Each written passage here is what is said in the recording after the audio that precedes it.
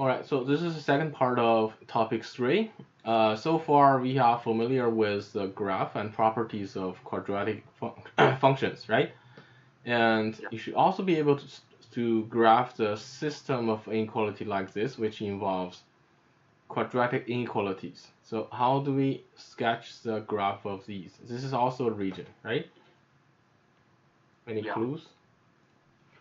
Again, first we need to consider the function, corresponding function. So let's say we consider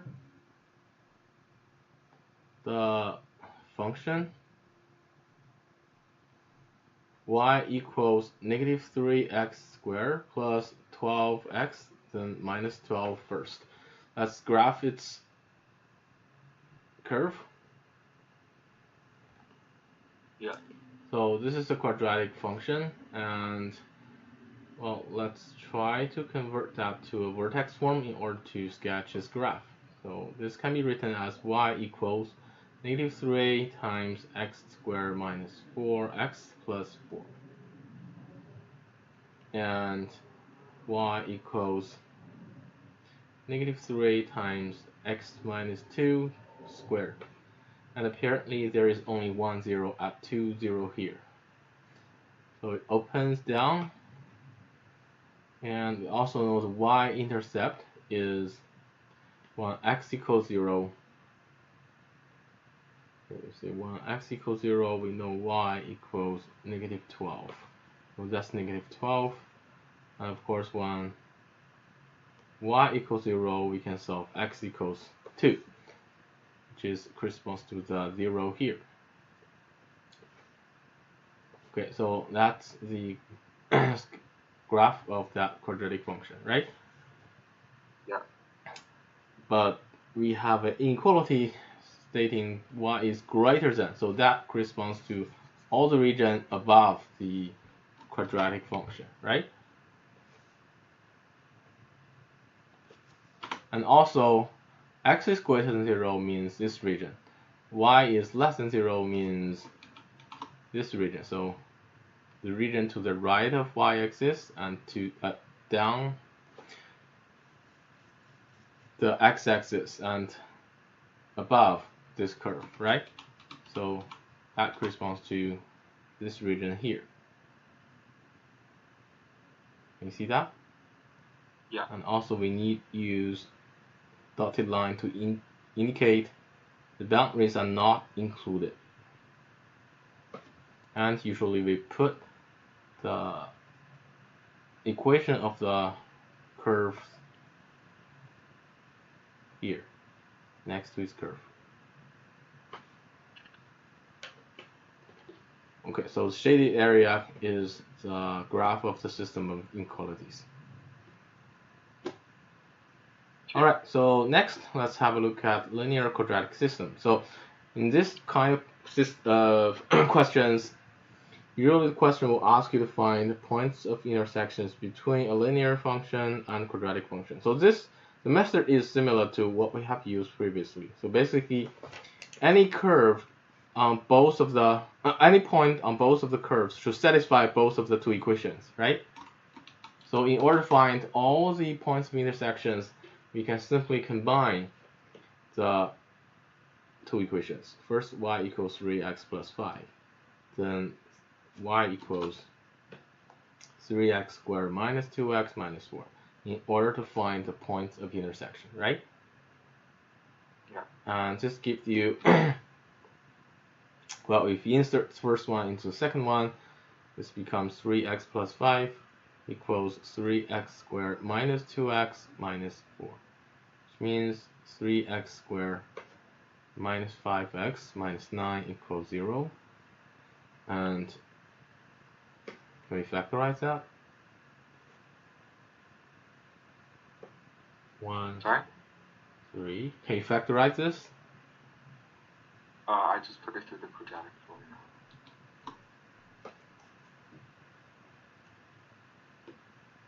Okay, actually doesn't ask you to find the exact solution, right?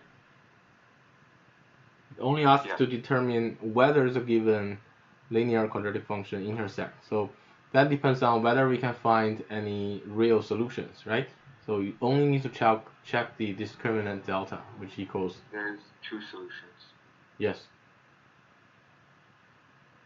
And you don't even have to calculate that.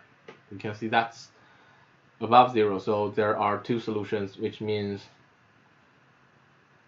the linear quadratic system has 2 points of intersection, right?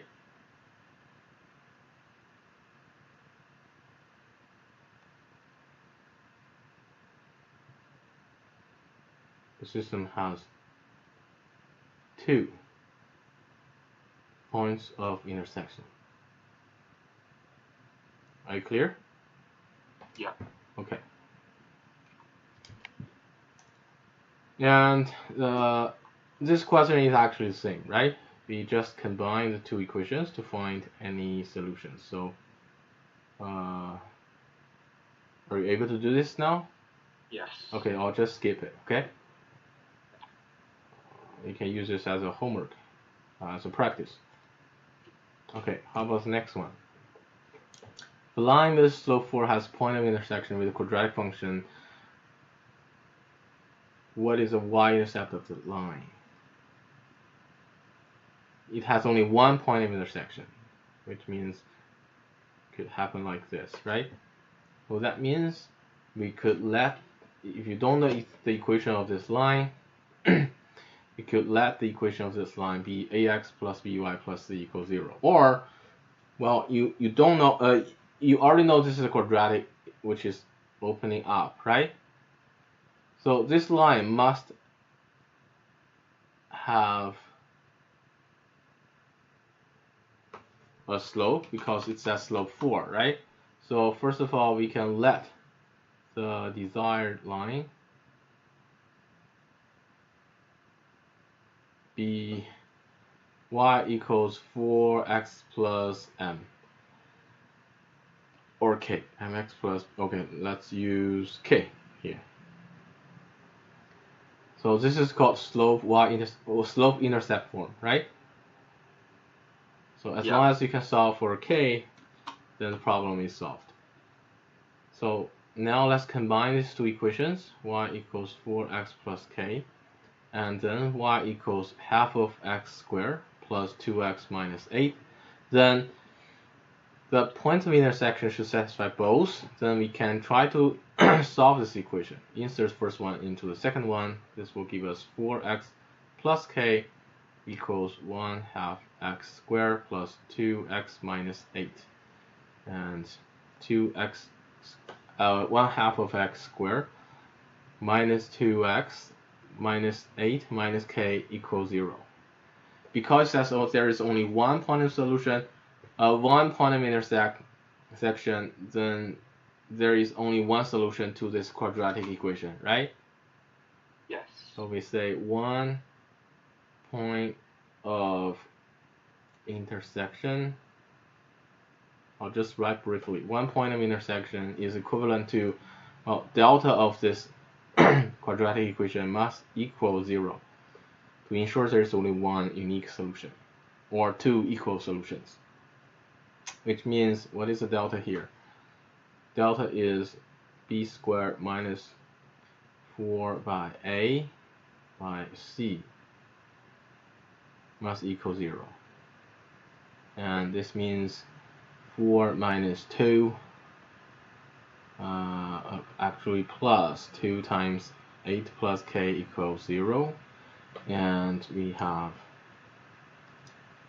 4 plus 16 plus 2k equals 0.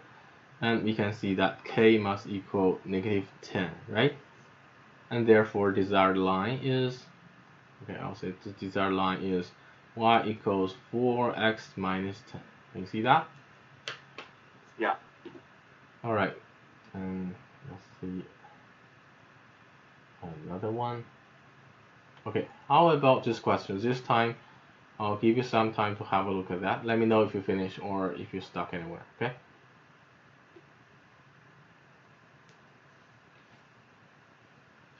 Okay.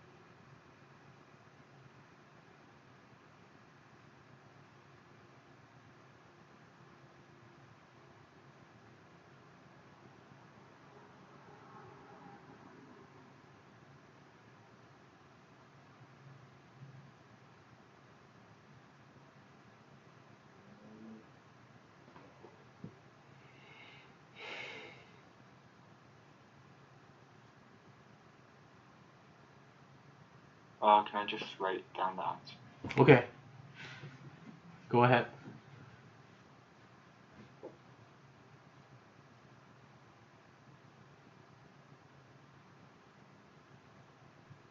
$38. How did you get 38?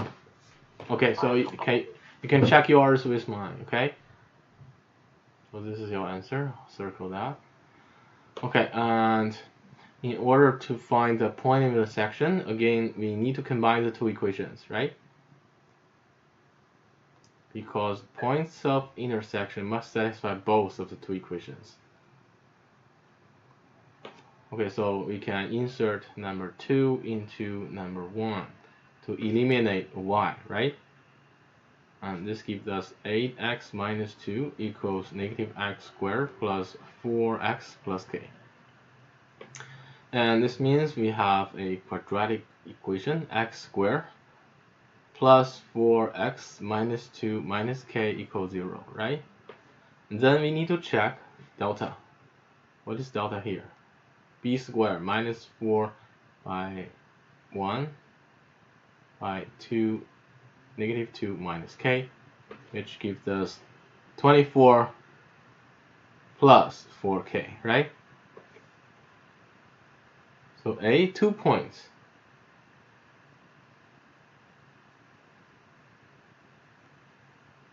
Two points of intersection is equivalent to delta must be greater than 0 in order to have two real values, two real roots, right?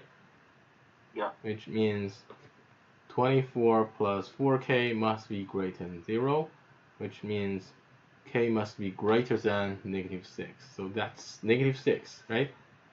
That's the number you're looking for. So one point of intersection is equivalent to delta must equal 0 in order to have only one real solution or two equal solutions, which means, well, I'll just directly write because the expression is the same, so I'll just directly write k equals negative 6. And C, no solution, no point of intersection is equivalent to, you can't find any real roots, which means delta must be less than 0, which is equivalent to k must be less than negative 6. Can you see that? Yes. So I'm not sure how you can get negative 38, so can you check your answer and correct it? Okay, any questions here? No. All right. Wait, never mind. Yeah, I know what I messed up with. Okay, no problem. I think you're already confident about quadratic equation, quadratic function, quadratic inequalities. So next, let's have a look at two hard questions, okay? Let's exercise your brains. Okay, let me erase this first. Exercise extra. Let's have a look at some extra example. So quadratic equation x squared plus mx plus n equals 0 has roots that are twice of those of this equation, also a quadratic equation. And none of m, n, and p is 0. Can you find the value of n over p? This is actually a question from AMC 10.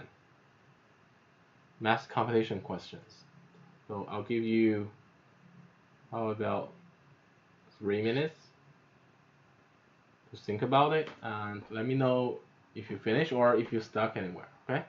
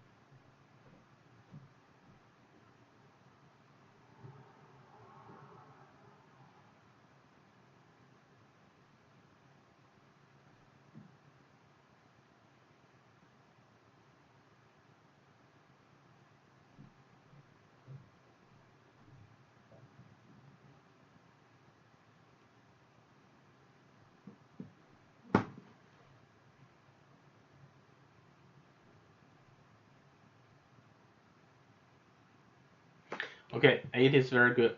8 is correct, very good. Okay, so basically, the question asks to find some relationship between the two coefficients n and p, right? And the given information states that there is some kind of relation between the two sets of roots. So naturally, we start of using the Vita theorem, because Vita theorem establishes a connection or relation between the roots and their coefficients, right? Yeah. Okay, so let's label them with number 1 and number 2. So let's say let the roots of number 1 be x1, 2x1, 2x2, and let the roots of number 2 be x1, x2. So this is a given information, right? And we also know 2x1 plus 2x2, according to Vita's theorem, we have negative m, and 2x1 times 2x2 equals n. Also, x1 plus x2 equals negative p, and x1, x2 equals m, right? So in order to have n over p, we can do this. We can use this equation over that equation, and then we have 2 equals m over p, and then this equation over this equation gives us 2 equals n over m. Therefore, we have m over p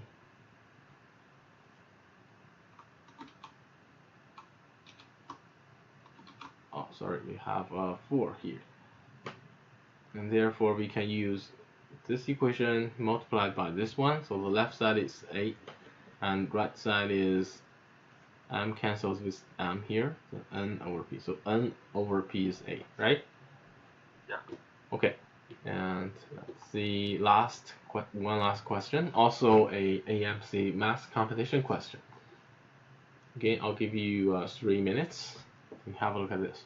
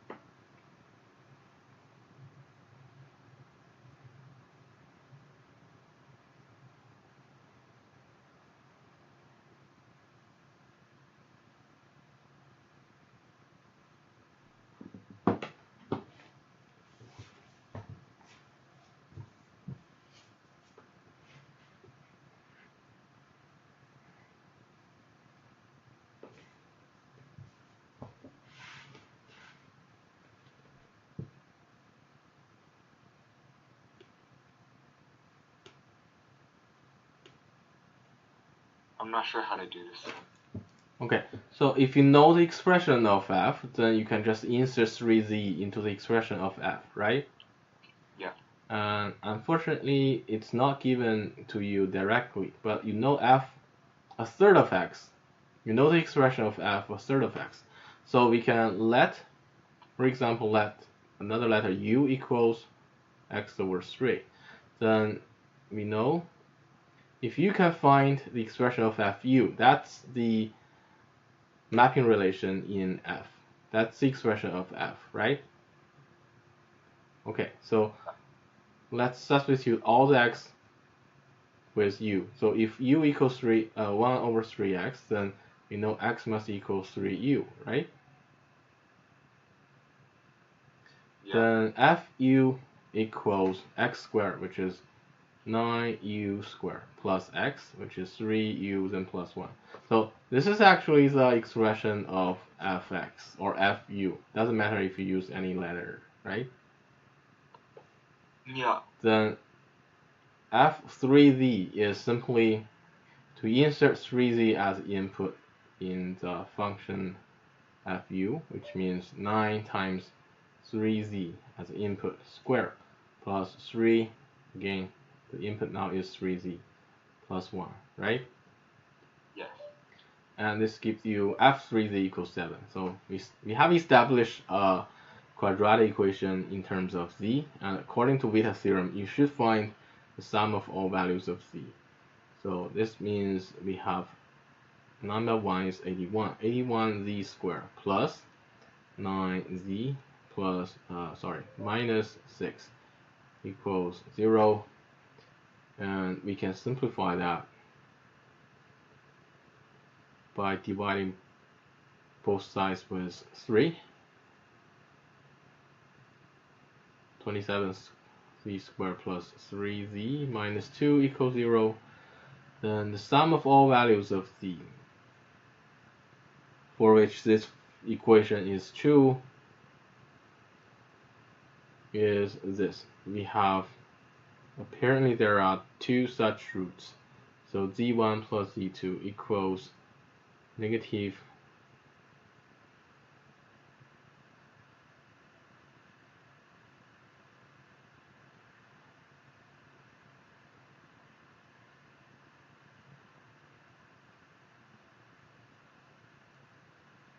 which is negative 1 over 9, right? Yeah. Alright, that's all for topic 3. I think you should be very confident about quadratic function and related contents.